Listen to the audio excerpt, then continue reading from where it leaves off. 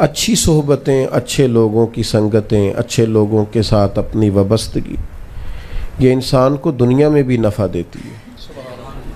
آپ اگر ایسے لوگوں کے بیچ بیٹھتے ہیں جو کہتے ہیں یار کچھ بھی نہیں، چھوڑو جس کی لاٹھی اس کا بھینس، پیسہ ہو تو سارا کچھ ٹھیک ہے، آپ کے پاس دولت ہو تو ہر بندہ یہ آپ کا ہے، یہ اس طرح کے شخص کے پاس آپ بیٹھیں گے تو طبیعت مادہ پرست ہو جائے گی، صبح سے شام تک صرف پیسے کمانے کا بھوت سوار ہو جائے گا، کسی نہ کسی طور پر انسان دولت جمع کرنے میں لگ جائے گا۔ لیکن اگر ان لوگوں کی صحبت میسر آئے گی جو کہیں گے یار پیسہ تو وقت گزارنے کے لیے ضروری ہے، لیکن رب رسول کی رضا جو ہے وہ زندگی گزارنے کے لیے ضروری ہے، جو قیامت اور اخروی کامیابی کے لیے ضروری ہے، جس طرح کے لوگوں کے آپ پاس بیٹھیں گے اسی طرح کے افکار، نظریات، سوچیں طبیعت میں پیدا ہو جائیں گی۔ اپنی صحبتوں کو ٹھیک رکھنا، مسند احمد میں اللہ کے پیارے رسول صلی اللہ تعالیٰ علیہ وسلم کا فرمان موجود ہے۔ حضور علیہ الصلوۃ والسلام نے فرمایا کبھی بھی صحبت اختیار نہ کرنا سوائے اس کے کہ جو کامل مومن ہو۔ کامل مومن کے علاوہ کسی شخص کی صحبت اختیار نہ کرنا، اور فرمایا کبھی بھی دعوت نہ دینا اپنے گھر میں مگر متقی آدمی کو، پرہیزگار لوگوں کو، جانا تو کامل مومن سے ملنے جانا، اور گھر میں بلانا تو پرہیزگار آدمی کو بلانا۔ آپ جس طرح کے لوگوں کے، ہم نے ایسے لوگ بھی دیکھے ہیں بڑے اچھے نمازی تھے، پرہیزگار تھے، متقی تھے، لیکن ایسے لوگوں کے پاس بیٹھنے لگے کہ جنہوں نے انہیں کہا چھوڑو یار اور بھی بڑی چیزیں ہیں، تو ان کے معاملات جو تھے اس میں پریشانی ہے۔ یہ ایسے لوگ تھے نظریاتی طور پر پختہ تھے، پکے عقائد کے لوگ تھے، لیکن ایسے لوگوں کے پاس بیٹھے جن کے پاس کمزور باتیں تھیں وہ بھی کمزور ہو گئے۔ اپنی صحبتوں کو عمدہ کیا جائے، اپنی اولاد کے بارے میں غور کیا جائے کہ ہمارے بچے کہاں اٹھتے بیٹھتے ہیں، کس کی بات سنتے ہیں، کس کے پاس ان کا آنا جانا ہے، کس طرح کے لوگوں کے ساتھ وہ اپنے اوقات گزارتے ہیں۔ صحبتیں، تعلقات یہ جتنے زیادہ صاف ستھرے ہوں گے نظریات اتنے زیادہ صاف ستھرے ہوں گے۔ ہمارے ہاں علم کو، تعلیم کو اہمیت دی جاتی ہے۔ اعلیٰ حضرت فاضل بریلوی رحمۃ اللہ تعالیٰ علیہ سے کسی نے پوچھا تھا کہ علم کے ذرائع کیا ہیں، علم انسان کو کیسے حاصل ہوتا ہے، یہ بات ذرا سمجھیے گا۔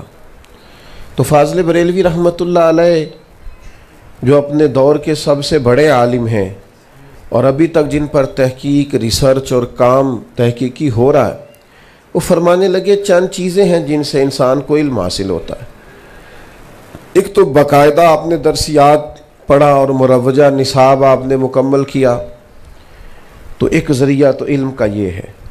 دوسرا فرماتے ہیں افواہ رجال، یعنی علماء اور صاحب علم لوگوں کے پاس آنے جانے سے بھی بندے کو علم حاصل ہوتا ہے۔ اور پھر کتب بینی، مطالعہ، صحیح اور مستند علماء کی کتب کو دیکھنا، اس سے بھی انسان کو علم حاصل ہوتا ہے۔ لیکن افواہ رجال، علماء کے پاس بیٹھنا، ان سے گفتگو سننا، اچھی صحبت اختیار کرنا، یہ ایک بہت بڑا ذریعہ ہے کہ جس سے انسان کو علم حاصل ہوتا ہے۔ تو اچھے لوگوں کی سنگت اختیار کریں۔ پھر یہ کہ کامیابی کے جو مدار ہیں، جو چیزیں ہیں، ان کی طرف سفر کریں۔ کامیابی کیا ہے، تصوف کیا ہے، طریقت کیا ہے، معرفت کیا ہے۔ ایک تو یہ ہے کہ صوفیاء نے جو باریک باتیں لکھی ہیں اس پر غور کی جائے اور بالتفصیل ان کو پڑھا جائے، سمجھا جائے، اور جو عملی چیزیں انہوں نے لکھی ہیں اس کی مشق کی جائے، تہجد سے لے کر اشراق چاش تک اور وہاں سے لے کر عشاء کی نماز کے معمولات تک ہر چیز کا خیال رکھا جائے۔ یہ بڑی اعلیٰ بات ہے۔ اور جو لوگ ان چیزوں کو پڑھتے ہیں، جیسے حضرت مجدد صاحب کی مکتوبات شریف ہے، داتا صاحب رحمۃ اللہ علیہ کی کتاب ہے، پھر اس کے بعد دیگر صوفیاء کی کتب ہیں، بڑی اعلیٰ بات ہے۔ لیکن ہمارے علماء نے 3 باتیں عام آدمی کے لیے بطور نچوڑ کے بیان کر دیں کہ اس کو زیادہ الجھنا نہ پڑے۔ اس کو حضرت مجدد صاحب رحمۃ اللہ علیہ نے مکتوبات شریف میں بھی بیان کیا ہے، اور شیخ ابو طالب مکی نے بھی اس کو لکھا۔ 3 باتیں آپ اگر زیادہ غور کریں تو لمبی ابحاث نہیں، تصوف کو، طریقت کو، معرفت کو، صوفیزم کو، ان سارے رستوں کو سمجھنے کے لیے صرف 3 باتیں، وہ فرماتے ان پر تم عمل کر لو، اللہ تبارک و تعالی تمہیں اخلاقی طور پر بھی اور عملی طور پر بھی تکمیل عطا کرے گا۔ 3 باتیں کیا ہیں؟ سب سے پہلی بات یہ ہے کہ ضرورت کے مطابق علم حاصل کرنا۔ حضور علیہ السلام نے فرمایا علم کا طلب کرنا ہر مسلمان پر فرض ہے۔ علم کا، یہاں لوگ کہتے ہیں مولوی بتاتے نہیں، بھئی فرض تو آپ پر تھا کہ آپ طلب کرتے، یہ تو حضور نے فرمایا تم طلب کرو، اپنے اندر طلب پیدا کرو۔ آپ کب سوال لے کے گئے ہیں کہ جناب میرا یہ مسئلہ ہے مجھے بتائیے؟ طلب تو ہم نے کرنا تھا۔ تو ایک تو اپنی ضرورت کے مطابق علم حاصل کیا جائے، یہ پہلی بات۔ اور پھر دوسری بات، جسے پڑھا جائے نا، جسے سیکھا جائے، وہ صرف الفاظ کا گورکھ دھندا نہ بنایا جائے، وہ صرف جملوں کو تراشنے اور مرتب کرنے کے لیے نہ سیکھا جائے، بلکہ جو سیکھا جائے اس پر پھر عمل کیا جائے۔ یعنی جو علوم آپ نے حاصل کیے، جو فہم آپ نے سیکھا، جو تفقہ آپ کو نصیب ہوا، جو چیزیں آپ نے لیں، ان کو پھر آپ اپنی عملی زندگی میں نافذ کریں۔ عملی زندگی میں یہ 2 باتیں ہو گئیں، علم اور عمل۔ اور تیسرا صوفیاء فرماتے ہیں اس عمل کے اندر اخلاص پیدا کر لو، یہ جو بھی کرنا رب رسول کی رضا کے لیے، علم ہو عمل ہو، اس میں اگر اخلاص ہو، 3 چیزیں تمہیں مل گئیں تو تمہارا دین مکمل ہو گیا، تم تکمیل تک چلے گئے۔ بس یہ 3 چیزیں ہمارے ہاں، ایک تو علم کا مزاج نہیں، یہ جو ہم ابحاث کرتے ہیں نا، فلانے نے یہ کہا ہے تو آپ اس کا جواب دیں، تو یہ ابحاث ہوتی ہیں الا ماشاءاللہ۔ علم تو اور چیز کا نام ہے۔ علم تو آپ ایک طرف سے شروع کرتے ہیں، آپ نے شروع کیا کہ مجھے طہارت کے مسائل سیکھنے ہیں، پھر آپ نے شروع کیا کہ مجھے وضو غسل تک جانا ہے، پھر عقائد کی معلومات لینی ہے، اخلاق کیا ہوتا ہے۔ نبی پاک علیہ السلام نے تو یہ بھی فرمایا رشتوں کا علم حاصل کرو۔ الترغیب و ترہیب میں حدیث ہے، فرمایا رشتوں کا علم تمہیں پتہ ہونا چاہیے، یہ میرے ماموں ہے، یہ میرا چاچا ہے، یہ میرا رشتہ ہے۔ تمہیں پتہ ہوگا تو تم اچھا سلوک کر سکو گے، صلہ رحمی کر سکو گے۔ اور صلہ رحمی اتنی بڑی چیز ہے کہ حضور نے فرمایا جو چاہتا ہے کہ میری عمر بھی بڑھ جائے، رزق بھی بڑھ جائے، عمر بھی بڑھ جائے، رزق بھی بڑھ جائے، وہ اپنے رشتہ داروں سے اچھا سلوک کرے، اللہ تعالیٰ عمر میں رزق میں برکت کر دے گا۔ تو علم، اب ہمارے ہاں کیا ہوا ہے، ہم نے علم کو، پڑھنے پڑھانے کو وہ درجہ نہیں دیا جو درجہ پڑھنے پڑھانے کا تھا۔ آپ میری بات کی سمجھ آ رہی ہے آپ حضرات کو؟ ایک چیز کا نا ایک مقام ہوتا ہے، اس کو جب تک وہ مقام نہیں نہ ملتا، یعنی ٹیچر کو آپ نری فیس دیں، اس کا مقام نہ دیں، تو آپ اس سے فیض یاب نہیں ہو سکتے۔ وہ ہمارے ہاں آج کل رواج ہے نا جی، بعض لوگ اساتذہ کی قدر نہیں کرتے اور اپنے بچوں کو یہ سبق دیتے ہیں، کہتے ہیں انہیں آنا کیوں نہیں پڑھان، انہوں فیس نہیں دی۔ تو بھئی یہ لفظ سیکھے گا اس سے فیض یاب نہیں ہوگا جب تک آپ ان کو قدر نہیں بتائیں گے۔ ہم نے تو ان لوگوں کو دیکھا کہ جو کبھی کسی ٹیچر کو، استاد کو کوئی چیز دیتے تھے تو کہتے تھے آپ کا حق تو نہیں ادا کر سکتے، لیکن یہ چلیں یہ تھوڑی سی ہم چاہتے ہیں کہ جو ضروریات ہے اس میں کو تھوڑا ہمارا بھی حصہ ہو جائے، جچے تلے لفظوں کے ساتھ اکرام اور احترام کے جذبوں میں لپیٹ کر بات کرتے۔ اب وہ لیول ہی نہیں ہے۔ تو جب تک علم کو وہ مقام نہیں ملے گا جو اس کا مقام ہے، جو اس کا درجہ ہے۔ آپ دیکھیے ہمارے ہاں ایک طرف آپ ایک بالکل ان پڑھ جاہل شخص کو بٹھا دیں، لیکن اس کے پاس تسبیح لمبی چوڑی یا جبہ لمبا چوڑا ہے، ایک کونے میں اس کو بٹھا دیں، اور ایک طرف آپ ایک عالم کو بٹھائیں۔ قوم کا ہم نے کوئی مزاج اس طرح کا بنا دیا ہے کہ بابا صاحب کی طرف جاتے ہیں بھاگ کے۔ صحیح کہہ رہا ہوں میں؟ عالم کتاب و سنت پڑھ رہا ہے، لوگوں کو مسائل دینیاں سکھا رہا ہے، لیکن وہ مزاج اس طرح کا ہم نے، اور یہ شاید میرے جیسے لوگوں سے بھی کہیں خطا ہوئی ہے کہ سمجھاتے سمجھاتے وہ کچھ ایسی چیزیں بتا دیں کہ وہ لوگوں کا مزاج ہی کچھ اور ہو گیا۔ اب ایک طرف ایک عالم کتاب و سنت سے نکال کر تربیت کے پہلو بیان کر رہا ہے، اور ایک طرف ایک بابا جی تعویذ لکھ رہے ہیں، لیکن وہ کہتے ہیں بابے کی کیا بات ہے، حالانکہ جو مزاج ہمیں رسول کریم نے عطا فرمایا ہے صلی اللہ تعالی علیہ وسلم، میرے نبی رحمت صلی اللہ تعالی علیہ وسلم کریم کیا فرماتے ہیں، یہ ذرا انداز دیکھیے۔ حضور مسجد شریف میں تشریف لائے، دو حلقے بنے ہوئے ہیں صحابہ کے مابین، ایک طرف بیٹھ کر لوگ اللہ کی یاد کر رہے ہیں، ذکر و فکر میں مشغول ہیں، اور ایک کونے میں لوگ بیٹھے ہیں اور ایک شخص انہیں قرآن مجید کی تعلیم دے رہا ہے۔ یہ ہم نے اس معیار کو پانا ہے جو معیار رسول کریم صلی اللہ تعالی علیہ وسلم نے قائم فرمایا امت کے لیے۔ اس بلند مقام تک ہم نے جانا ہے جو مقام ہمیں نبی کریم علیہ السلام نے دیا ہے۔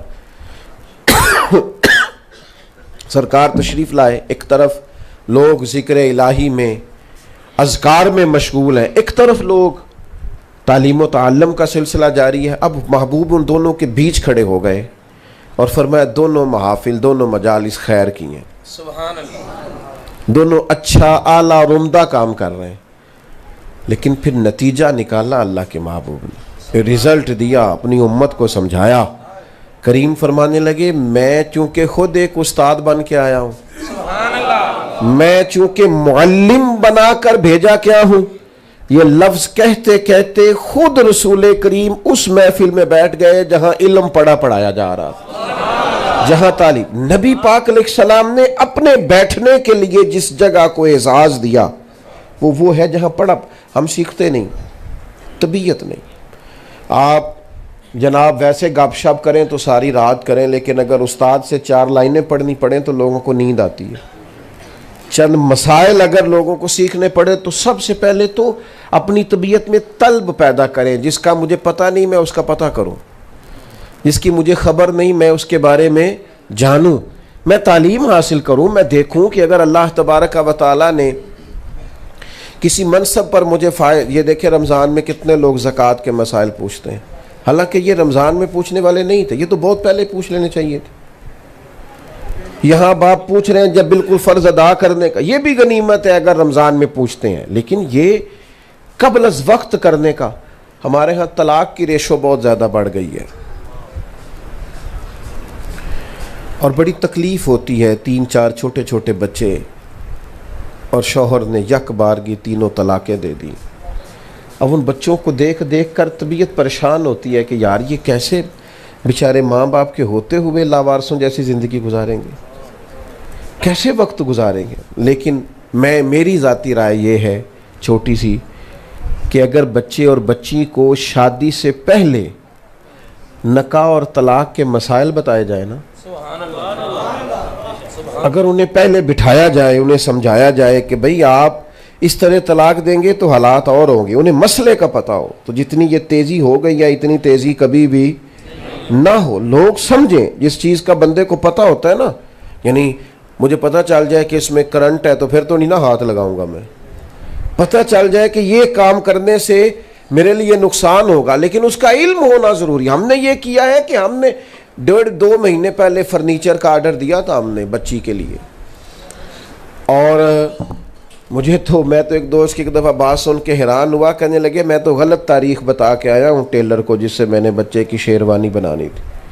شادی اس سے 10 دن بعد ہے، لیکن تاریخ اس لیے 10 دن پہلے کی بتائی ہے کہ وہ لیٹ نہ کرے۔ یہ میں حالانکہ معاذ اللہ ایسا کرنا درست نہیں، آپ سچ بولیں۔ تو میں نے کہا کتنے دن پہلے آرڈر دیا؟ کہنے لگے 1 مہینہ پہلے شیروانی والے کو کہا ہے۔ او خدا کے بندو، فرنیچر سے گھر آباد ہوگا، شیروانی سے گھر آباد ہوگا، آپ جو ضروریات جمع کر رہے ہیں ان کی وجہ سے گھر آباد ہوگا۔ آپ نے انہیں مسائل سے تو آگاہ نہیں کیا۔ کاش ایک حدیث باپ نے بیٹی کے دل میں اتاری ہوتی، ایک کہ نبی پاک صلی اللہ تعالی علیہ وآلہ وسلم نے فرمایا جو عورت پردے کی پابند ہو، نماز کا خیال کرے، شوہر اس کا راضی ہو، اگر دنیا سے جائے گی تو اللہ اپنے فضل سے جنت عطا کر دے گا۔ اب اس کی ذمہ داری ہے کہ وہ کاش ایک حدیث اپنے بیٹے کے دل میں یہ اتاری ہو کہ اللہ کے محبوب علیہ السلام نے فرمایا تم میں سب سے بہتر وہ ہے جو اپنے گھر والوں کے لیے بہتر، وہ دوستوں میں کتنا بہتر ہے یہ یہاں ڈسکس نہیں، یہ مطالبہ نہیں، وہ کاروبار میں کتنا آگے ہے، تیز ہے، چست ہے، سمارٹ ہے، اس کی اپنے گھر والوں کے حق میں، بیوی کے حق میں اس کا اخلاق کتنا اعلیٰ ہے۔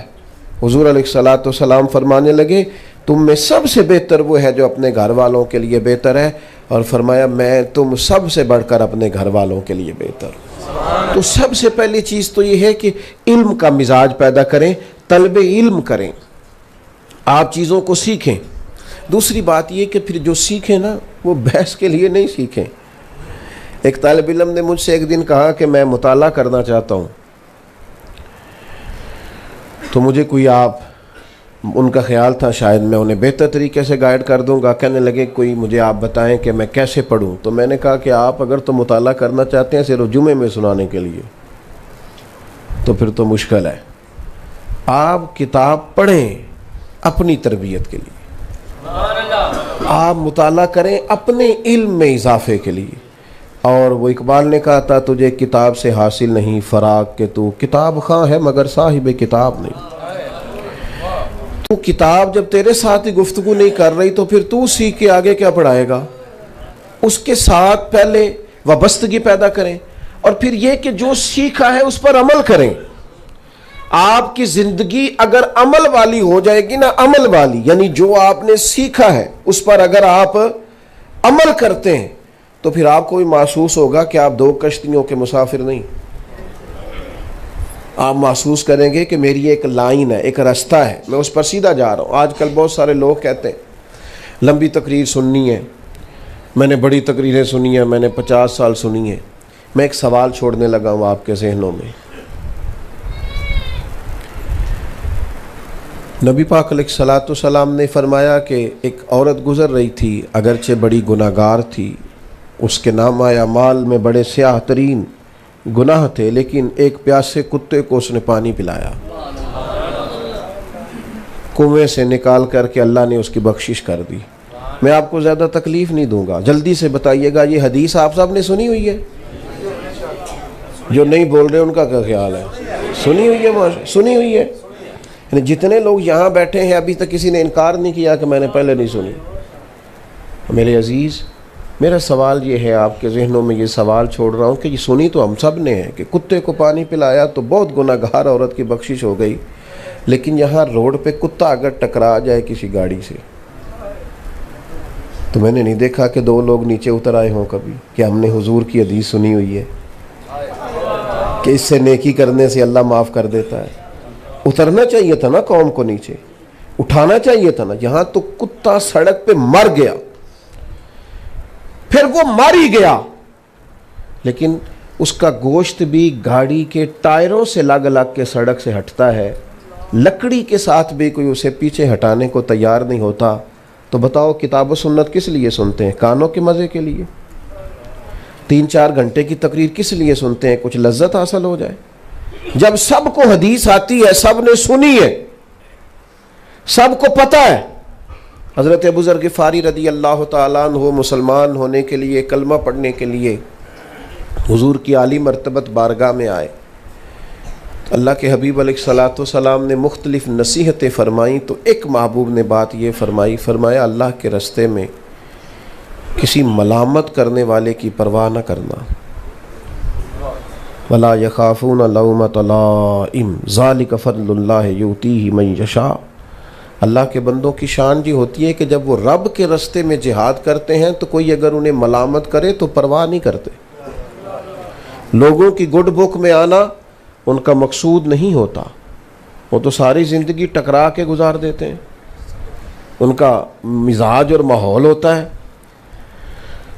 تو اللہ کے محبوب صلی اللہ تعالیٰ علیہ وسلم نے جناب ابو ذر غفاری رضی اللہ تعالیٰ عنہ سے فرمایا کوئی دین کے راہ میں، یعنی تم دین پہ عمل کر رہے ہو، کوئی ملامت کر رہا ہے، او مولوی صاحب، او پاداڑی والیا، او حافظ جی، تو اگر یہ کسی بندے کو دقت ہو رہی ہے داڑھی پگڑی سے تو اس کا تو مزہ لینا چاہیے۔ کیوں کر جے کر یار دے نام دا ملے میڑا، انہوں تے چولی پا لئیے پنجے سوٹیے نا، یہ تو مزے والی بات ہے۔ اس پہ پریشان ہو جانا، مجھے ایک بندے نے یہ کہہ دیا تو کمزوری کی بات ہے۔ آپ کو تو اس پہ راضی ہونا چاہیے تھا. تو فرمایا کوئی ملامت کرے نا، ملامت کی پرواہ نہ کرنا. ابھی دین سیکھا ہے انہوں نے، چونکہ دور تھا وہ جب صحابہ جناب زید بن ارقم رضی اللہ تعالیٰ عنہ کے گھر میں باتیں سیکھا کرتے تھے، وہ زمانہ تھا. اب حضرت ابو ذر غفاری ذرا باہر نکلنے لگے تو ایک صاحب نے انہیں مشورہ دیا اور بڑا مخلصانہ دیا اور صحیح دیا. کہنے لگے اب حالات ابھی کچھ زیادہ مسلمانوں کے حق میں نہیں، آپ ذرا باہر نکلیں تو اتنی جلدی نہ بتائیے گا میں مسلمان ہو گیا ہوں، لوگ تکلیف دیں گے. تو یہ بڑے وزادار لوگ تھے، بڑے بردبار لوگ تھے. دل دریات سمندروں ڈونگے کون دلاں دیاں جانے. حضرت ابو ذر غفاری کہنے لگے کیا کہا آپ نے؟ لوگ مجھے برا بھلا کہیں گے. تو کہنے لگے میں تو چاہتا ہوں کہیں، میں ابھی تو وعدہ کر کے آیا ہوں پرواہ نہیں کروں. تو میں نے جو علم سیکھا ہے اس پر عمل نہ کروں، میں اس پر عمل نہ کروں. پھر میرے عزیز جو سیکھا ہے وہ تو عمل کے لیے سیکھا ہے. کیا کہا کرتے تھے حضرت قبلہ حاجی ابو داؤد صادق صاحب؟ جو سیکھا ہے سب کو سکھاتے چلو، دیے سے دیے کو جلاتے چلو. آگے بڑھو، جو سیکھا ہے عمل کے لیے سیکھا ہے اس پر عمل کریں اور اپنی زندگی عمل کے ساتھ عبارت کریں.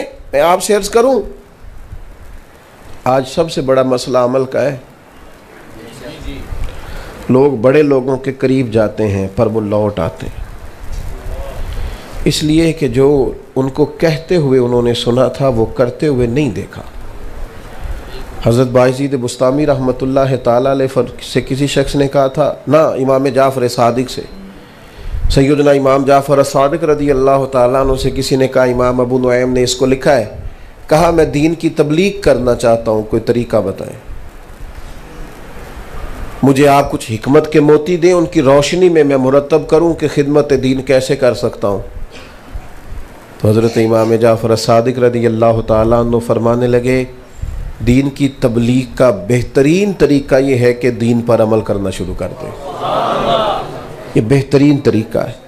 تو عملی مشق کر، دین جو تو نے سیکھا ہے اس کی عملی مشق کر، اس پر عمل کر، سب ٹھیک ہو جائے گا.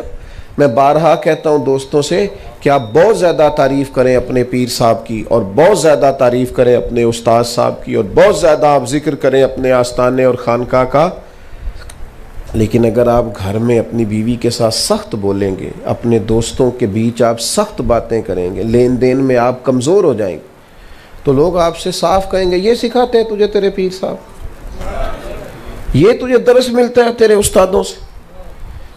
صاف مائیں کئی دفعہ کہہ دیتی ہیں تینوں پیر صاحب یہ نہیں دس دے کہ ماں پیو دی بھی خدمت کرنی چاہیے تھی. تو بھائی جب تک عمل اور کردار نہیں ہوگا اتنی دیر تک دین سیکھنے کا اور یاد کرنے کا اور حصول کرنے کا نفع حاصل نہیں ہوگا. اور تیسری اور آخری بات جس پر کامیابی کا مدار ہے وہ ہے اخلاص. جب آپ علم حاصل کرتے ہیں پھر اس پر عمل کرتے ہیں، اور اگر آپ مخلص نہیں ہوتے، دنیا میں بے چین، بے قرار، مضطرب زیادہ تر وہ لوگ ہوتے ہیں جو مخلص نہیں ہوتے. جب آپ اخلاص کے ساتھ کسی رستے کو چن لیتے ہیں نا، اخلاص کے ساتھ، تو پھر تو اس رستے کی ساری دھوپ کسی قسم کی طبیعت کے اندر کڑواہٹ پیدا نہیں کرتی. پھر تو کہیں بھی انسان پریشان نہیں ہوتا چونکہ مخلص ہے. پھر وہ چلتا چلا جاتا ہے، چلتا چلا جاتا ہے کیونکہ اس کے اندر اخلاص ہے. اگر آپ مخلص ہیں، آپ جو کر رہے ہیں وہ اللہ کی رضا کے لیے کر رہے ہیں، پھر جسم کو تھکاوٹ ہوتی ہے، ذہن کو کبھی بھی نہیں ہوتی. پھر وجود کمزور پڑتا ہے، روح کبھی بھی کمزور نہیں پڑتی. پھر آپ طاقتور اور توانا رہتے ہیں. پھر آپ بولتے ہیں تو آپ کی گفتگو اثر پذیر رہتی. اخلاص اتنی بڑی نعمت ہے. نبی کریم صلی اللہ تعالی علیہ وسلم نے فرمایا قیامت کے دن اللہ تعالیٰ کچھ بندوں سے فرمائے گا ان لوگوں سے جا کے اجر مانگو جن کو دکھانے کے لیے تم عمل کرتے تھے. میں تمہیں تمہارے اس عمل کا اجر دوں گا جو خالص تم نے میری رضا کے لیے کیا. یہ اللہ والوں سے آپ محبت بھی کریں نا، یہ آپ ناراض اگر نہ ہو تو ہر کام ہی تجارت بنا لیا. پیر صاحب کے پاس جا کے بھی لوگ کہتے ہیں جہاں دین سیکھنے گئے وہاں بھی دنیا آ گئی. زیادہ تر گفتگو یہ ہے کہ جناب میرا کام نہیں چلتا، جناب فلاں چیزیں. تو میرے بھائی کام چلانے کے لیے تو اچھے بزنس مین سے مشورہ کرنا چاہیے تھا، وہ آپ کو کوئی خاص چیزیں بتاتا کہ کون سا بزنس شروع کر لیں اور اسے کتنا ٹائم دیں اور کتنی انویسٹمنٹ کریں تو چل جائے گا. اس کے لیے آپ پیر صاحب کے پاس کیا لینے آئے؟ دعا کی برکت کا انکار نہیں کرتا. اللہ والوں سے محبت کرے خالص اللہ کی رضا کے لیے، رب کا بندہ جان کے، رب کا. اور اگر کسی قسم کے بھی مقاصد اس میں شامل آ گئے تو اس کی روحانیت اور نورانیت ختم ہوگی. نبی کریم صلی اللہ تعالی علیہ وسلم نے فرمایا قیامت کے دن کچھ لوگوں کے چہروں کا نور 14ویں رات کے چاند کی طرح ہوگا. اللہ انہیں نور کے منبر عطا کرے گا. تو کریم فرماتے ہیں جب پوچھا جائے گا یہ کون ہے تو آواز کرم آئے گی، یہ وہ لوگ ہیں جو دنیا میں رب کی رضا کے لیے ایک دوسرے سے پیار کرتے ہیں. کوئی ان کو ذاتی لالچ نہیں تھا، قطعاً نہیں. اخلاص حسن ہے، اخلاص. اور آج کل سب سے بڑا مسئلہ کیا ہے؟ اخلاص ہی تو ملتا نہیں. وہ کسی شاعر نے کہا تھا کہ اس سال ایک فقیرنی تھی، ایک خاتون تھی، تو اس کا بیٹا میلے میں گم ہو گیا. وہ بیچارہ اعلان کرتا پھرتا تھا، ڈھونڈتا تھا، گم ہی ہو گیا ڈھونڈتے ڈھونڈتے کہ مجھے اخلاص چاہیے. میلہ لگا ہوا تھا، ہر چیز لوگ بیچ رہے تھے. اس نے کہا کوئی کہیں سے تھوڑا اخلاص مل جائے. وہ کہتے ہیں وہ چیخیں مارتا تھا لیکن ساری مخلوق اس لیے چپ تھی کہ اخلاص تو ناپید ہو گیا. اس سال میرے گاؤں کے میلے کی بھیڑ میں جو گم ہوا وہ ایک بھکارن کا لال تھا.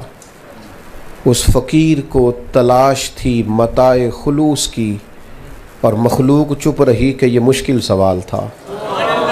یہ سوال مشکل تھا. اور تو کہے گا تو کچھ مل جائے گا. اور اخلاص اور للہیت، جب تک اخلاص نہیں ہوتا، جب تک انسان خالص مخلص، کیوں نہیں تھکے امام بخاری گلی گلی نگر نگر جا کے؟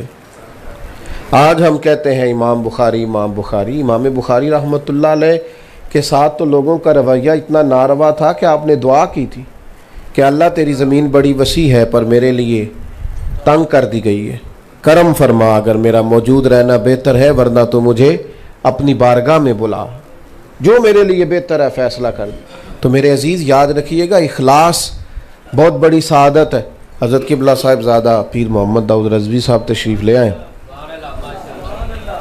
آگے تشریف لے آئیں حضرت.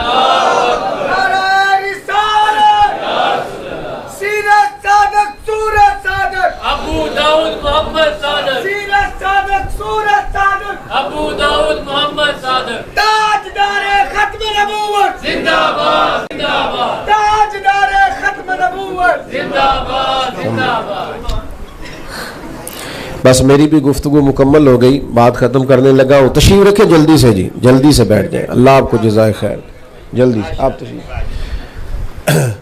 اخلاص کے ساتھ جو بھی عمل کیا جائے گا وہ انسان کو سکون دے گا. حدیث پاک سنیں اور میں اپنی بات کو سمیٹوں.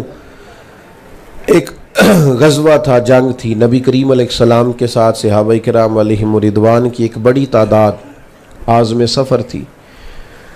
تو صحابہ فرماتے ہمارے دلوں میں ایک خیال آیا کہ اس جنگ میں نا بڑی جد و جہد کرنی پڑی ہے، بڑی کوشش کرنی پڑی ہے.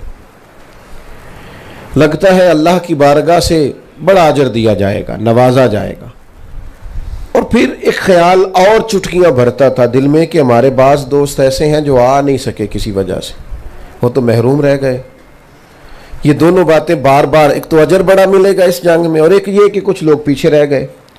فرماتے ایک مقام پر کچھ سستانے کے لیے رکے تو اللہ کے پیارے حبیب صلی اللہ تعالی علیہ وسلم جو دلوں کے حال، لوگ مختلف باتیں کرتے ہیں کہ ہمارے ملک کا مین مسئلہ قانون کی بالادستی ہے. کچھ کا خیال ہے کہ نہیں، یہاں کا مین مسئلہ غربت ہے. غربت پر اگر قابو پا لیا جائے تو ملک میں بڑی آسانی ہو جائے گی. کچھ کہتے ہیں قانون نافذ ہو جائے جرم ختم ہو جائے گا. کچھ لوگوں کا کہنا ہے کہ نہیں، یکساں نصاب تعلیم اس ملک کا مسئلہ ہے، ہر بندے کو رائے دینے کا حق اصل ہے. میری رائے یہ ہے کہ میرے وطن کا مین مسئلہ امانت میں خیانت ہے. اگر ہم سب لوگ اپنے اپنے منصب کے ساتھ دیانتدار ہو جائیں. تاجر اپنی تجارت صحیح کرے دیانتداری سے، بددیانتی نہ کرے. مزدور کے لیے حکم ہے کہ اس کی مزدوری پسینہ خشک ہونے سے پہلے اسے دے دو. تو مزدور کو بھی تو چاہیے نا کہ وہ سگریٹ پینے جائے تو 20 منٹ نہ لگا کے آئے. اسے بھی تو چاہیے نا کہ وہ چائے پینے جائے تو آدھا گھنٹہ ضائع کر کے نہ آئے. استاد کا احترام ہمیشہ روحانیت کو مضبوط کرتا ہے، معاشروں کو بلندی دیتا ہے. لیکن استاد کو بھی یہ چاہیے، ساری کلاسیں شور کر رہی ہیں اور استاد اکٹھے بیٹھ کے سموسے کھا رہے ہیں، وہ اپنے منصب کے ساتھ بھی تو دیانتداری کا مظاہرہ کرے نا. میرے ذمے اگر مسجد میں خطبہ دینا آیا ہے تو میں نے تو کتاب کھولی ہے جمعے والا دن رات کو کہ سویرے کچھ بیان کرنا ہے، وہ گھنٹہ کیسے گزارنا ہے. بزرگوں کی، علماء کی بات نہیں کرتا، اپنے جیسے لوگوں کی. تقریر کے 2 گھنٹے پورے کرنے، اس میں میں کوئی مواد قوم کو دے سکا ہوں، کسی ترجیحی بنیادوں پر قائل کر سکا ہوں، نہیں کر سکا، الگ مسئلہ ہے. کیونکہ رات ہی تو میں نے ایک طالب علم سے ایک دن کہا جمعے کی صبح کہ آج جمعے میں کیا تقریر کرنی ہے، آپ جمعہ پڑھاتے ہیں. کہنے لگی ابھی فیصلہ نہیں کیا. میں نے کہا یار تو بڑا مولوی تا نہیں اجے کیتا، میں چھوٹا ہوا، میں تو جمعہ پڑھا کے ہفتے والے دن ہی فیصلہ کر لینا پہ اگلے جمعے کی بیان کرنا، تاکہ میں سارا ہفتہ اس مواد کے حوالے سے کچھ پڑھتا رہوں. جب تک ہم اپنی ذمہ داریوں کو پورا نہیں کرتے. حضرت خواجہ نصیر الدین چراغ دہلوی رحمۃ اللہ علیہ کی خدمت میں بادشاہ وقت آیا تھا. آپ موبائل دیکھ رہے ہیں جی، مجھے دیکھیں. ان کی خدمت میں بادشاہ وقت نے آ کے کہا حضور کو وظیفہ بتائیں، کوئی عبادت بتائیں. تو حضرت خواجہ نصیر الدین صاحب رحمۃ اللہ علیہ فرمانے لگے رب نے جو تجھے منصب اور ڈیوٹی دی ہے نا، وہی دیانتداری سے کر، یہی سب سے بڑا وظیفہ ہے. تیرا وہ کام تجھے اللہ کی بارگاہ میں لے جائے گا، اس کو دیانتداری کے ساتھ کر. ہمارا بہت بڑا مسئلہ، اور دیانتداری سے مراد ایک اور پہلو بھی ہے. آپ جب اپنا منصب آگے دیں گے تو پھر بھی دیانتداری کے ساتھ دیں گے. محبت اور چیز ہے، قابلیت اور چیز ہے. منصب محبت کی بنیاد پر نہیں دینے چاہیے، قابلیت کی بنیاد پر دینے چاہیے. ہمارے ہاں محبت کی بنیاد پر سارا کچھ تقسیم ہوتا ہے. حضرت سیدنا ابو ذر غفاری رضی اللہ تعالی عنہ، اتنا عظیم انسان، اتنے بڑے آدمی کہ میرے نبی پاک صلی اللہ علیہ وسلم نے فرمایا اس زمین کے اوپر اور آسمان کے نیچے میرے ابو ذر غفاری سے سچا بندہ کوئی نہیں. اتنا بڑا آدمی. حضرت ابو ذر غفاری کے بارے میں فرمایا زمین کے اوپر آسمان کے نیچے آپ سے سچا بندہ کوئی نہیں. لیکن جب انہوں نے کہا نا مجھے ایک صوبے کی گورنر ہی دے دیں، تو محبوب نے فرمایا یہ کام آپ کے لیے مشکل ہے، آپ سے ہو نہیں سکے گا. ہر آدمی محبت کی بنیاد پر ہی سجادہ نشین بن جاتے ہیں. محبت کی، اچھا پہلے تو سجادہ نشین بنتے تھے آستانوں کے، اب تو مدرسوں کے بھی سجادہ نشین ہی ہیں. حالانکہ یہاں تو چلو کہ علمی عبارت چھوڑو، خانقاہ پہ تو دم درود کرنا ہے آپ نے، اللہ ماشاء اللہ تو وہ کرو. آپ نے مدرسہ اتنی بڑی بلڈنگ بھی نااہل بیٹے کے سپرد کر دی، جو خالصتاً صدقات زکوٰۃ کی رقم سے آئی ہوئی چیزیں تھی وہ بھی آپ نے ان کو دے دی، جو بالکل اس کو اجاڑ کے رکھ دیں. امانت، جب تک ہم امانت کے پابند نہیں ہوتے، ہمارا سارا زور یہ ہے کہ فلانا کیوں ٹھیک نہیں، اسے چھوڑنا، تو یہ بتا کہ تو اپنا کام صحیح کرتا ہے. اگر ہم سارے اپنا کام ٹھیک کرنے لگ جائیں، کپڑے والا کپڑے صحیح بنائے، وہ کہے میری عبادت یہی ہے کہ میں نے دیانتداری سے چلنا ہے، وہ صحیح سینے والا صحیح سی کے دے، تو چلو معاشرے کا کپڑوں والا مسئلہ تو حل ہوا کہ نہیں ہوا. یہ اس سے تو سکون آیا کہ نہیں. جوتے والا جتنے پیسے لیتا ہے اتنے کا جوتا صحیح بنا کے دے، تو یہ مسئلہ ٹھیک ہوا کہ نہیں ہوا. صحیح کہہ رہا ہوں میں. اپنے کا، ہماری ایک تو توجہ دوسروں پہ ہے، اپنے پہ نہیں. حضرت موسیٰ علی نبی علیہ الصلوۃ والسلام کو حکم ہوا کہ بستی میں جو سب سے نیک آدمی ہے اسے ڈھونڈ کے لائیں۔ آپ نے غور کرنا ہے، جسے حضرت موسیٰ علیہ السلام نیک کہیں گے وہ کتنا کو نیک ہوگا، اور پھر نیکوں میں سے چھانٹی کر کے ایک بڑا نیک نکالنا ہے۔ حضرت موسیٰ نے ایک نیک آدمی رب کی بارگاہ، مالک یہ میری نظر میں سب سے نیک ہے، اب حکم ہوا اس نیک سے کہیں کہ بستی میں سب سے گناہگار ڈھونڈ کے لائے۔ ویسے یہ کام میرے اور آپ کے ذمے لگتا تو کتنے کو گناہگار نکل آتے، یا میں نے بچنا تھا، یا جو میرے پیچھے ہاتھ باندھ کے چلتا اس نے بچنا تھا۔ جو پوری جی کرتا ہے نا، ایک دفعہ نہیں 3 دفعہ جی جی جی، اس نے بچنا تھا، تیسرا کوئی بچ سکتا؟ کوئی ہمارے علاوہ صحیح ہو جائے یہ ہو ہی نہیں سکتا، ہم ہونے ہی نہیں دیتے، سوال ہی نہیں پیدا ہوتا، یہ تو ممکن ہی نہیں ہے نا کسی کی تعریف کر دیں، یہ تو سوال ہی نہیں پیدا ہوتا۔ حضرت موسیٰ نے اس نیک آدمی سے کہا بھئی آپ نہ گناہگار بندہ بستی میں سے ڈھونڈ کے لائیں۔ اس نے ہاتھ باندھ دیا، عرض کی حضور یہ میرے والا کام نہیں، میں کہاں سے ڈھونڈوں گا گناہگار، رب کے بندوں کے میں کیسے ڈھونڈوں گا، مہربانی کریں۔ فرمایا آپ ہی کے ذمے۔ عرض کی حضور 3 دن کی مہلت چاہیے۔ 3 دن گزر گئے، مقررہ وقت پر گناہگار کو لانا تھا، کسے لائے؟ اپنے گلے میں رسی باندھی، حضرت موسیٰ کے دستے پاک میں دے کے تو تڑپ کے روئے۔ عرض کی اللہ کے کلیم، کچھ بندوں کے گناہ بستی میں سے میری آنکھوں کے سامنے آئے تھے، مجھے شک پڑا تھا یہ غلطی ہے، پر سونیا وہ نرا شک تھا، لوگوں کا نرا شک تھا، جو میرے گناہ ہیں ان کا تو مجھے پاک کہنا، لہذا میں ہی سب سے گناہگار ہوں، باقیوں کا شک ہے، میرا پاک ہے۔ سے ثبوت نہ منگو میں تھوں، اے نظر کرم قد ہوئی، میں جانا یا دل بر جانے غیر نہ جانے کوئی۔ سے ثبوت نہ منگو میں تھوں، پلا نظر کرم قد ہوئی، اے میں جانا یا دل بر جانے غیر نہ جانے کوئی۔ میں مسکین پرانا خادم، کسے در ملی نہ ٹوئی، اے تے واصف یار نے نظر جو کی تھی، پھر واصف ہی ہوئی۔ حضور میں تو مسکین آدمی ہوں، میں ہی ہوں سب سے گناہگار، میں مسکین پرانا خادم، حضور میں ہی ہوں۔ جب اس شخص کا چہرہ دیکھا تو حضرت کلیم اسے دعائیں دینے لگے، تو رب کی طرف سے پیغام آیا، موسیٰ اسے بتاؤ کہ یہ جو رب کی بارگاہ میں تیرا درجہ بڑا ہوا ہے یہ اسی عاجزی کی وجہ سے تو ہوا ہے۔ اپنے مطلب ساری توجہ دوسروں پہ، سارا خیال دوسروں کا۔ امام غزالی کے پاس ایک بندہ بیٹھ کے کہنے لگا کوئی بندہ ٹھیک ہی نہیں، کوئی مولوی کام نہیں کرتا، کوئی صوفی نہیں کرتا، فلانا نہیں کرتا، کوئی بندہ مخلص ہی نہیں۔ تو امام صاحب فرمانے لگے چل یار تو ہی مخلص ہو جا، تو ہی مخلص ہو جا، تیری شکل میں ہی معاشرے کو کوئی ایک مخلص بندہ مل جائے کہ دوسروں سے اپنی زندگی میں کبھی بددیانتی نہ کریں، کبھی بھی۔ نبی پاک صلی اللہ علیہ وسلم سے کسی نے پوچھا تھا، صحیح بخاری میں موجود ہے، یا رسول اللہ قیامت کب آئے گی؟ حضور قیامت کب آئے گی؟ او میری ملت کے جوانوں ادھر دیکھو، قیامت کب آئے گی؟ میرے نبی پاک علیہ الصلوۃ والسلام نے فرمایا جب امانتوں کو ضائع کیا جائے تو قیامت کا انتظار کرنا۔ جب امانتوں کو ضائع کیا جائے، ادھر دیکھو میں کیا کہہ رہا ہوں، اللہ کرے آپ تھوڑی دیر تو موبائل چھوڑیں نا، 1-2 منٹ کے لیے چھوڑ دیں، اللہ کرے آپ آمین تو کہہ دیں، اللہ کرے تھوڑا سا موبائل سے باہر بھی آپ غور کریں کہ موبائل کے باہر بھی کوئی زندگی ہے، ساری اندر ہی نہیں ہے۔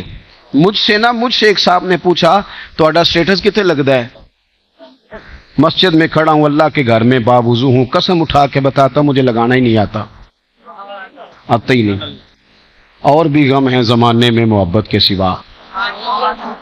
انہوں نے جب 2-3 دفعہ کہا نا جناب آپ بتا دیں، سنیں جی آپ بتا دیں، تو میں نے انہیں کہا کہ میں تو گلی گلی گھومتا ہوں کہ کوئی رب رسول کی بارگاہ میں کوئی سٹیٹس بن جائے، وہاں کوئی قبولیت ہو جائے، تو وہاں کوئی بن گیا تو پھر تو ٹھیک ہے، تو یہاں کے سٹیٹس کا کیا کرنا ہے؟ آپ میرے عزیز میری بات پر توجہ کریں، غور کریں کیا عرض کر رہا ہوں۔ نبی پاک یہ حدیث آپ نے لکھ لینی ہے، بخاری کی ہے، جوانوں کو سنا رہا ہوں۔ رسول پاک صلی اللہ تعالی علیہ وآلہ وسلم نے ارشاد فرمایا یا رسول اللہ قیامت کب آئے گی؟ تو فرمایا جب امانتوں کو ضائع کیا جائے آ جائے گی قیامت۔ عرض کی حضور امانتیں کیسے ضائع کی جائیں گی؟ تو نبی پاک علیہ السلام نے فرمایا جب منصب عہدہ نااہل آدمی کو دیا جائے، جب عہدہ نااہل آدمی کو دیا جائے، نااہلوں کو جب عہدے ملیں، پھر قیامت کا انتظار کرنا۔ عہدے جب نااہلوں کو ملے، میں آج صبح ہاسپٹل گیا تھا، میری ہمشیرہ بیمار تھیں سرکاری ہاسپٹل میں۔ جس قوم کے مریضوں کو دوائی بھی نہ سکون سے مل سکے، ایک ایک بیڈ پہ 3 مریض پڑے ہیں، کن کو آپ نے وزارتیں دی ہیں؟ کون سے لوگ آپ کے مسئلے حل کریں گے؟ اور قوم کا حال یہ ہے کہ جب پچھلی گورنمنٹ آئی تھی تو وہ کہتی تھی اس سے پچھلی کا قصور ہے، یہ کہہ رہی ہے اس سے پچھلی کا ہے، اور جو ان کے بعد آئیں گے چھوڑ دو ان کی جان، چھوڑ دو خدا را۔ انہیں کبھی روک کے پوچھا تو کرو کہ رام کہانیاں کیوں سناتے ہو؟ اس قوم کو سناتے ہو جن کے پاس کھانے کو دوائی نہیں۔ یہ میڈیا پہ بیٹھ کے ٹاک شو تب کیا جاتا ہے جب پیٹ روٹی سے بھرا ہوا ہو، اور جب رات کو غریب مزدور اپنی بیوی سے بات کرے اور بیوی کہے میرا دل نہیں کردا میں تہاڈی جیب دا پتہ ہے، پر سویرے بچیاں دے ناشتے لئی کیوں کوئی نہیں جے پراٹھے پکان لئی۔ جب ماں باپ بنیادی ضرورتوں کے لیے بھی لوگ تڑپیں، ان لوگوں کو اہل کرتے ہیں، آپ نااہلوں کو امانتیں دیتے ہیں۔ مجرم نہ بنے ان کی سپورٹ کر کے، مجرم نہ بنے۔ اس ملک کا ایک ہی حل ہے اور وہ رسول اللہ کے نظام کا نفاذ ہے، اس کے علاوہ کوئی حل نہیں ہمارا، اس کو سمجھ لیں۔ تو میرے عزیز اپنی زندگی کے اندر ایک بات کو طے کریں کہ کبھی امانت میں خیانت، کبھی خیانت۔ ایک چھوٹی سی عرض آپ لوگوں سے بھی کر لوں، اللہ تعالیٰ جب کسی بندے کو گاڑی دے دے نا تو وہ صرف اس لیے ہوتی ہے کہ سیاستدان کا جلسہ آئے گا تو جھنڈا لگاؤں گا، جلسے پہ جاؤں، اس لیے ہوتی ہے۔ اگر اللہ تعالیٰ کسی غریب کو امیر کرے تو شکر کا ایک طریقہ یہ بھی ہے کہ کسی مریض کو بھی کبھی گاڑی میں ہاسپٹل لے جاؤ، کبھی کسی بیمار کو منزل تک پہنچا دو۔ یہ ابھی عید گزری ہے نا، تو بعض لوگوں نے یہ سمجھا سخاوت صرف رمضان تک ہے، رمضان میں سخاوت کا ثواب زیادہ ہے، ورنہ دین سارا سال ہی ہے۔ اور راشن ونڈن والے ہو لوگوں، او عیدوں بعد بھی بھوک لگ دیجئے، عیدوں بعد بھی بھوک لگ دیجئے، تھوڑا سا بعد میں بھی توجہ کیا کرے۔ یہ شادیوں کا سیزن آیا تو غریب بیچارے تڑپ اٹھے۔ اب تو بچے والے نیک ہو گئے ہیں، انہوں نے جہیز مانگنا چھوڑ دیا، پتا آپ کو؟ انہی منڈے والے جہیز مانگتے نہیں، پتا؟ میں دسنا نا تم، یہ بریکنگ نیوز ہے، تازی سنو۔ اب نہیں لڑکے والے جہیز مانگتے، اب وہ سمجھدار ہو گئے۔ وہ کہندے نے تسی نا جہیز نہیں کوئی شے بھی دینی، بس اسی بندہ 600 لے آؤنا انہوں روٹی چنگی دینی جے، جہیز نہیں اساں لونا، ایسے ہی ہے۔ تو 600 دی روٹی سستی پک جاندی، اور وہ جو 600 آئے ہیں ان کو روٹی گھر سے نہیں کبھی ملی، بچی کا باپ ہی دے گا تو کھائیں گے۔ کہاں کھڑے ہو گئے ہم؟ حضور کی امت تو مہربانیاں کرنے والی ہے، وہ تو پردہ پوشی کرنے والی ہے، بیٹیوں سے محبت کرنے والی۔ تے اسی تے پنجاب دے لوگ جے ساڈیاں تے تیاں اونجی سانجیاں ہوندیاں نے، ساڈے تے وڈیرے کہندے سن تی سانجی، تی پیڑاں سانجیاں۔ خدا را اس کو تھوڑا سا لوگوں کے لیے گنجائش بناؤ، ایک دوسرے کے لیے تکلیف کا سامان نہ کرو۔ ایک تو دیانتدار رہیں، دوسرا تھوڑی گنجائش بنائیں۔ میری ملت کے جوان کچھ کرنے کو تیار نہیں، تھکے تھکے سے، پریشان سے، کچی کچی باتیں، کمزور باتیں، کریں کیا؟ بور بڑے ہوتے ہیں، ساتھ چلنے والا کوئی نہیں۔ تو میں کہتا ہوں تو اور میں تو اس دین کے ماننے والے ہیں جہاں گلی سے روڑا اٹھانے کا بھی ثواب ملتا ہے، کانٹا اٹھانے کا بھی ثواب ملتا ہے۔ تو گلی تو ساری کچرے سے بھری ہوئی ہے، تو بور کس لیے ہو رہے ہو؟ تمہارے پاس کرنے کو ٹائم ہی کوئی نہیں۔ او خدا کے بندو، زندگی میں کچھ کام کرنا انسان کے ذمے ہے۔ اگر وہ اسی طرح رہے گا تو بھی اپنے وجود سے خیانت کرے گا۔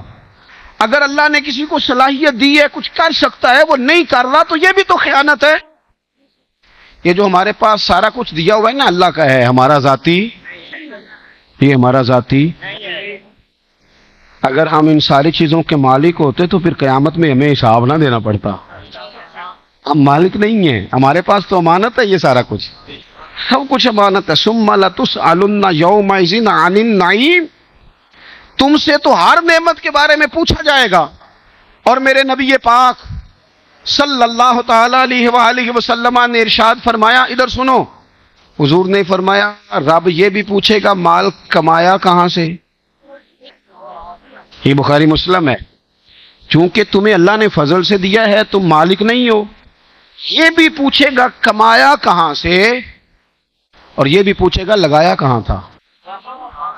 یہ تم نے یہ بھی بتانا ہے کہ پیسے تو اللہ نے دیے تھے نا، تم نے غلط جگہ لگا دیے، ناجائز جگہ لگا دیے، چوروں ڈاکوؤں ظالموں کے سپورٹ میں لگا دیے، پوچھا جائے گا. عزیز بھائی، آپ کو اگر اللہ کوئی صلاحیت دے تو قوم کے لیے، مذہب کے لیے، ملت کے لیے کچھ کریں. یہ جتنے کو غریب ہماری گلیوں میں ہوتے ہیں نا، اسی حساب سے امیر بھی ہوتے ہیں. لیکن وہ امیر اس غریب کے ساتھ نہیں چلتا، وہ کہتا ہے پہلے یہ میرا غلام بنے، پہلے یہ میرا ملازم بنے، پہلے یہ جی جی کرے. آپ زندگی میں کچھ کریں، کسی کا جتنا آپ بھلا کر سکتے ہیں، آپ جس حد تک کسی شخص کے کام آ سکتے ہیں. وہ نا یہ میر پور شہر تباہ ہو گیا تھا، پرانی بات، ایک دفعہ تباہ ہو گیا.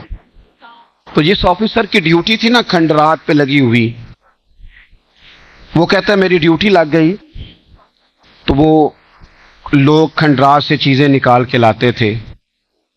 تو میں نے دیکھا کہ ایک بوڑھا شخص ضعیف اور اس کی بوڑھی خاتون ضعیفہ، وہ دونوں نا گدھے پہ ایک بہت بوری رکھ کے نا وزنی لا رہے ہیں. میں نے ان سے کہا کہ آپ لوگ کدھر جا رہے ہیں؟ تو وہ کہنے لگے ہمیں یہ بتاؤ کہ وزارت خزانہ کا دفتر کہاں بنایا ہے. بابا جی آپ نے کیا جمع کرانا ہے؟ تو وہ کہنے لگے ہمارا سارا شہر تباہ ہو گیا ہے، ہمارے بزرگوں کی یہاں قبریں ہیں، ہم دونوں میاں بیوی نے بڑے دن لگا کے کھنڈر کھول کھول کے سونا چاندی قیمتی چیزیں بوری میں جمع کی ہیں، ہم نہ خزانے کے دفتر میں جمع کرانے آئے ہیں تاکہ ہمارا شہر پھر سے آباد ہو جائے. ہم اپنا حصہ ڈالنے چاہتے ہیں شہروں کی آبادی میں. ہم چاہتے ہیں کہ اگر ہمارے چند پیسوں سے یہ بستیاں بستی ہیں تو بس جائیں. او یار، اگر زندگی میں ہمارا ذوق یہ ہے کہ بس میں، میرے بچے، میرا گھر، بس ختم ہو گئی زندگی. اب تو اتنے قیمتی جوان تھے لیکن وہ سارا دن ایک ہی بات سناتے ہیں کہ گھر میں سکون نہیں جی، بیوی اور اماں لڑتی بڑے ہیں. تو میں کہتا ہوں اس بات سے اب باہر بھی نکل آؤ کہ تم نے یہیں رہنا ہے ساری زندگی. نکل آؤ، یہ تو لڑائی چل رہی ہے اور چلتی، اس کو دماغ میں سوار کر لو گے تو کام کب کرو گے زندگی میں؟ اس کو چھوڑو تھوڑی دیر کے لیے. اٹھ باندھ کمر کیوں ڈرتا ہے، پھر دیکھ خدا کیا کرتا ہے. آپ اپنی زندگی میں کچھ کرنے کا، وہ عارف رومی فرماتے ہیں کہ نہیں جی بس میں اب ویسے ہی سمیٹنے لگا ہوں، اللہ تعالیٰ آپ کو جزائے خیر دے، بس ایک آدھ بات اور کرنی ہے، آپ توجہ کریں گے میری بات پر. وہ فرماتے ہیں کہ ایک شہر میں نا بیماری بار بار پھیل جاتی تھی اور اس کا جو علاج تھا وہ پہاڑیوں کے اوپر تھا. پہاڑی پر پہاڑی پر پہاڑی، 4 پہاڑ تھے، اوپر وہ علاج تھا. تو جو بندہ بھی جاتا وہ چڑھ ہی نہیں پاتا تھا، رستہ ہی کوئی نہیں تھا، لوگ گر جاتے. علاج اسی دوائی سے ہونا تھا. ایک بندے نے ارادہ کیا میں تو چڑھوں گا، دیار عشق میں اپنا مقام پیدا کر اور نیا زمانہ، نئی صبح و شام پیدا کر. نیا زمانہ، نئے صبح و شام. اس نے کہا میں چڑھ کے دکھاؤں گا. کیوں نہیں چڑھا جاتا؟ اکیلے بندے نے ہتھوڑا لے لیا، کدال لے لیا، جو پتھر کاٹنے کا سامان تھا وہ لیا اور پہلی پہاڑی کاٹنی شروع کی. جو بندہ بھی آتا کہتا تو بیوقوف ہے، تو بیوقوف ہے. یہ کیا بات؟ ہمیں بھی لوگ مشورے دیتے تھے شروع میں، یہ آپ نے کس طرح کی باتیں کس دور میں شروع کر دی. تو میں کہا کرتا تھا چلو کچھ کر تو لینے دو، شاید کو سونی لے. لیکن اب تو حال یہ ہو گیا ہے کہ میں اکیلا ہی چلا تھا جانب منزل، مگر پھر لوگ آتے ہی گئے اور کارواں بنتا گیا. کوئی بندہ تو ہو نا، کوئی بندہ تو ہو جو نظام سے بغاوت کرے. کوئی تو ہو میں پہلا واں نہ رنداں تو جن نے کھلی بغاوت کی تھی ہے. اللہ خوش رکھے. میرے عزیز اس نے کہا جی میں رستہ بنا کے دوں گا سارے علاقے کو. اس نے ایک پہاڑ کاٹا, اتنا کاٹا لوگ پہلے ہنستے رہے, پھر ایک پہاڑی سے پورا رستہ بن گیا پر کئی سال لگ گئے. اب سیڑھیاں بن گئی, لوگ آ رہے ہیں جا رہے ہیں. پھر اس نے دوسری پہاڑی کاٹی, سیڑھیاں بنائی, اس میں بھی کئی سال لگ گئے. موت کا وقت آ گیا. تانے دینے والے پھر قریب آ گئے. انہوں نے آ کے کہا اور تجھے کہا تھا نا کہ تو نہیں پہنچ سکے گا, کیا تو نے کمایا ہے, پہنچ تو سکا نہیں. اس بندے نے بڑی شاندار بات کی. اس نے کہا تمہارا کیا خیال ہے, میں ناکام ہوا ہوں, میں جیت کے جا رہا ہوں, کامیاب ہو کے جا رہا ہوں. اس نے کہا خدا کے بندو میں نے آدھا راستہ مکمل کر دیا ہے, اب جو میرے بعد آئے گا وہ صفر سے نہیں شروع کرے گا, وہ تیسری پہاڑی سے شروع کرے گا. میں نے کچھ تو قوم کو دیا کہ نہیں, میں نے آدھا راستہ آسان کر دیا. آدھا 62 سال عمر پائی ہے امام بخاری نے, پوری 63 نہیں 62 سال. انہوں نے کہا لو میں نے گلی گلی جا کے نگر نگر جا کے مدینے والے کے نام کی جگہ جگہ سفر کر کے میں نے حضور کی حدیثیں تمہیں جمع کر کے دے دی ہیں. میں نے تمہیں وہ کتاب دی ہے جو قرآن پاک کے بعد سب سے بہترین ہے. قیامت تک پڑھتے رہنا, تشریح کرتے رہنا, لوگوں کو رسول اللہ کا دین بتاتے رہنا. اور علماء سے آپ کبھی پوچھیں, امام بخاری وہ ہیں جنہیں لوگوں نے زمین پہ رہنے کو جگہ نہیں دی. یہ بھی ایک دردناک پہلو ہے کہ امام صاحب نے آخری عمر میں دعا مانگی تھی, مالک تیری زمین بڑی وسیع ہے پر مجھ پر تنگ ہو گئی ہے, جو بہتر فیصلہ ہے میرے حق میں کر دے. شام کو وصال ہو گیا امام بخاری. بے قدراں کچھ قدر نہ جاتی, کیتی خوب تسلی ہو. میرے بھائی زندگی میں کچھ کرنے کا مزاج بناؤ, آپ اپنی صلاحیت سے نفع لو. بخاری شریف میں صحیح حدیث موجود ہے, رسول پاک علیہ السلام نے فرمایا ایک بندہ گلی سے گزرا تو ایک بڑا سا درخت اس نے گلی میں دیکھا, بڑا سا, لوگوں کو آنے جانے میں دشواری ہوتی تھی. اس نے کہا اللہ کی مخلوق کا رستہ نہ آسان کریں. ویسے تو درخت لگانے کا بھی ثواب ہے لیکن یہ رکاوٹ بن رہا تھا, مین سڑک کے اوپر تھا. اس نے پکڑ کے نہ آری وہ درخت کاٹ دیا, لوگوں کا رستہ کشادہ کر دیا. اللہ کے رسول فرماتے ہیں رب نے اس کے لیے جنت کا فیصلہ کر دیا. اس سے بھی سستا کام بتاؤں, یہ تو محنت والا ہے نا, اس سے بھی سستا بتا دوں, بس کریے. وہ کسے گالتے تھے نال ٹوری دے نا, آپ کسی میں بھی اس سے بھی سستا کام سنو. یہ بھی بخاری مسلم میں موجود ہے. اللہ کے رسول علیہ السلام فرماتے ہیں کہ تاجر, دکاندار, تجارت والا قیامت کے دن اللہ کی بارگاہ میں کھڑا کیا جائے گا. رب فرمائے گا جا تجھے معاف کیا. عرض کرتا ہے مالک میں تو گناہگار ہوں, پتہ چل جائے کرم کیسے ہوا. تو حضور فرماتے ہیں رب فرمائے گا تو نے لوگوں سے پیسے لینے ہوتے تھے, جب تو تقاضے کے لیے کسی کو بھیجتا تھا تو یہ کہتا تھا نا کہ اگر بندہ تنگ دست ہوا, غریب ہوا تو ذرا نرمی کرنا, آ ہی جائیں گے. اور چلو اتنا ہی کر لو یار. یہ بخاری مسلم میں حدیث ہے. حضور فرماتے ہیں کہ تو وہ تاجر سے رب فرمائے گا تو کہتا تھا نا کہ چلو جو غریب ہوا نا, تنگ دست ہوا, جو تگڑا بندہ ہو نا پیسے لینے ہو تگڑا, تو اس سے تو لوگ پوچھتے ہیں ادب کے ساتھ چوری صاحب کدوں کو لب جائیں گے. تو ماڑا ہو تو اس کو کہتے ہیں شامی میں لینے نہیں. یہ ہمارا رویہ, یہ درست نہیں. مقروض قیدی ہوتا ہے, لوگ نفسیاتی مریض ہو جاتے ہیں جب قرضے دینے ہو. شریعت کہتی ہے اس کو چھڑاؤ جان, اس کو زکوٰۃ بھی دو, مقروض کو زکوٰۃ بھی دو, اس بیچارے کو بچا لو. حضور فرمانے لگے رب فرماتا ہے تو کہتا تھا لوگوں سے کہ جو غریب ہوا اسے ذرا تھوڑی سی گنجائش دینا, یا اللہ میں کہتا تھا. تو رب فرمائے گا تو دنیا میں میرے بندوں پہ نرمی کرتا رہا ہے تو میں آج تیرے اوپر نہ کروں. اور یار کوئی مشن ہی بنا لو, کوئی مشن ہی بنا لو, کوئی کام ہی کر لو زندگی میں. ہم نہ وہ اب تو خیر ویسے ہی موبائل آ گیا ہے, بہت سارے لوگ بہت سارے کاموں سے گئے لیکن ویسے بھی کوئی کام نہیں کرتے. زیادہ سے زیادہ کیا کرتے ہیں, تقریریں کرتے ہیں. عام آدمی تقریر کرتا ہے, ایک دوسرے کو لیکچر دیتے ہیں, باتیں, اور جو کامیاب ہو جائے وہ تو ویسے ہی مشورے دے مار دیتا ہے. تو یوں کر, تو یوں کر, تو یوں کرو بھائی تو ویسے جو کامیاب ہو گئے. اور آخری بات آپ سے یہ عرض کرنی ہے, یہ ضروری نہیں کہ جو آپ کر رہے ہیں اس کا نتیجہ بھی سویرے ہی نکلے. یہ ضروری.